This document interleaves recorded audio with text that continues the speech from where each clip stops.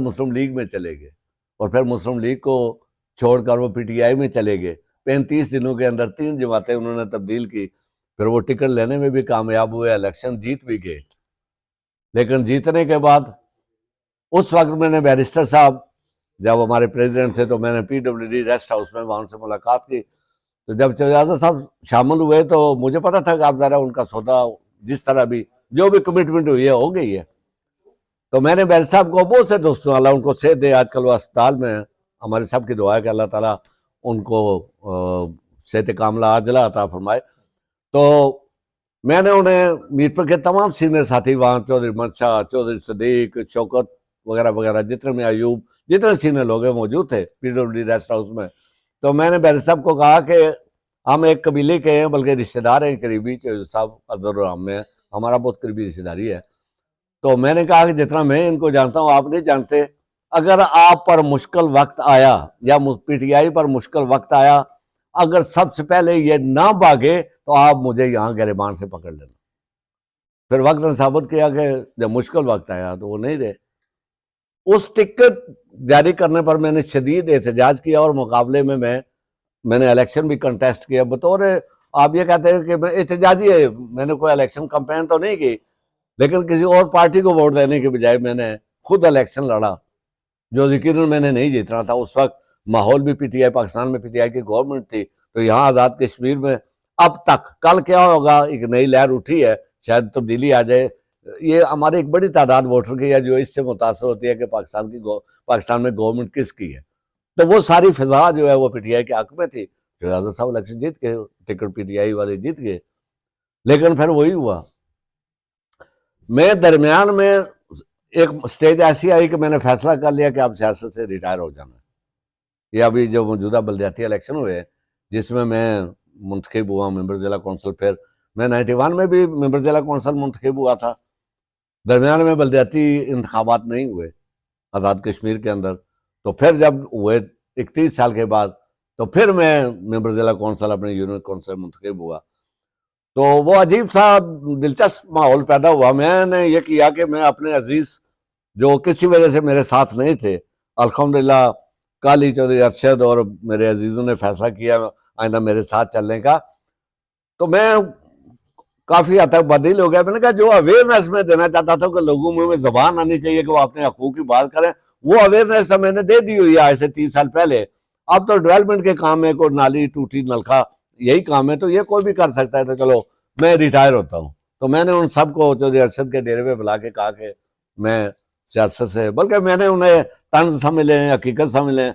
मैं उन्होंने कहा कि मेरा टारगेट तो बहुत आगे जाने का था, तो आपने पूरी कोशिश की है, मेरी लेग पुलिंग की और कामयाब रहे, आपने मुझे असम्बली में नहीं जाने दिया है। तो अब जो बाकी काम है आप संभालें, तो मैं रिटायर होता हूँ। तो आप जो फैसला करेंगे बल्दियात के हवाले से मैं साथ हूँ। तो उन्होंने बैठ के मशवरा किया और एक अजीज के लिए कहा कि इसको हम मेंबर जिला कौंसिल के लिए बतौर कैंडिडेट नामजद करते हैं। तो मीनवाइल जब वो रूल्स ऑफ बिजनेस आए और उसमें आगे के मैट्रिक पास होना चाहिए कम अज कम, तो वो उन अजीजों में से कोई भी मैट्रिक नहीं था। तो वो अपोजिशन के तमाम लोग, इवन एक जगह हम एक दावत पे इकट्ठे हुए तो जावेद जफर साहब, शुएब आबद साहब और दीगर तमाम जो लोग थे जिन्हें पता चल गया था कि मैं रिटायर हूँ, मुझे कहा दीजिए आप इलेक्शन लड़े, आप जो है अपोजिशन वाले, हम जो है आप हमारे मुतफिका तौर पर आप उम्मीदवार होंगे। तो मैंने लहतुल्लाह से काम लिया। मैंने कहा यार मैं अब रिटायर होना चाहता हूँ और मैं नहीं लड़ना चाहता, इस शोबे में आना ही नहीं चाहता, चलें आप नौजवान जो है उन्हें मौका देना चाहिए। तो खैर जब सब ने मजबूर किया, वो मैट्रिक वाला प्रॉब्लम भी पैदा हो गया, तो फिर मैंने अपने अजीजों को कहा जो अपने अजीज थे, मैंने कहा कि अगर आप मुझे मजबूर करते हैं तो चलो मैं इलेक्शन तो लड़ लेता हूँ, लेकिन ये है कि ये फैसला मैंने करना है कि मैंने कैसे इलेक्शन लड़ना है, किस प्लेटफॉर्म से लड़ना है। उन्होंने कहा ठीक है। तो मैंने कहा कि फिर मैं तो दोबारा PTI में ही एक्टिव हो जाता हूँ, एक साइड पे हो गया था, दोबारा एक्टिव हो जाता हूँ। तो PTI के टिकट पे मैं दोबारा मेंबर जिला कौंसिल मुंतखब हुआ। और मुझे कोई हिचकिचाहट नहीं है ये कहने में कि जब मैं दोबारा एक्टिव हुआ तो मैंने ये था मेरे जहन में कि मैंने बस जिला कौंसिल का इलेक्शन लड़ना है और ये टेनोर पूरा करना है।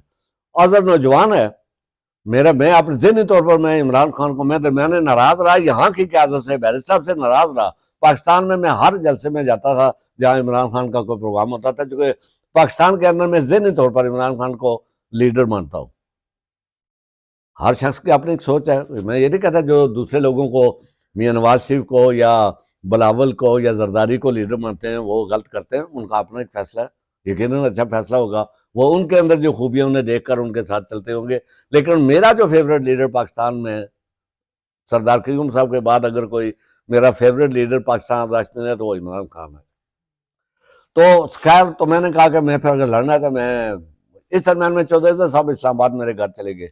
जब उन्हें पता चला कि अगर ये अपोजिशन सारी रल गई और मिल के लड़ा तो मेरी यूनियन काउंसिल में, अगर मैं सब यूनियन काउंसिल में भी हम जीत जाए, अपनी यूनियन काउंसिल हार जाए, जो हमारी एक यूनियन काउंसिल है, तो वो मेरे लिए तो बड़ी बदनामी होगी। तो उन्होंने मुझे कहा जी अगर आप इलेक्शन लड़ें तो हम भी आपके खिलाफ कैंडिडेट नहीं देते। उन्होंने ये नहीं कहा कि आप पीटीआई की टिकट पर लड़े, उन्होंने कहा हम भी आपके खिलाफ कोई कैंडिडेट नहीं देंगे, तो आप इलेक्शन लड़े। तो बाद में मैंने कहा नहीं, अगर मैंने लड़ना है तो फिर पीटीआई की टिकट पर ही लड़ना है।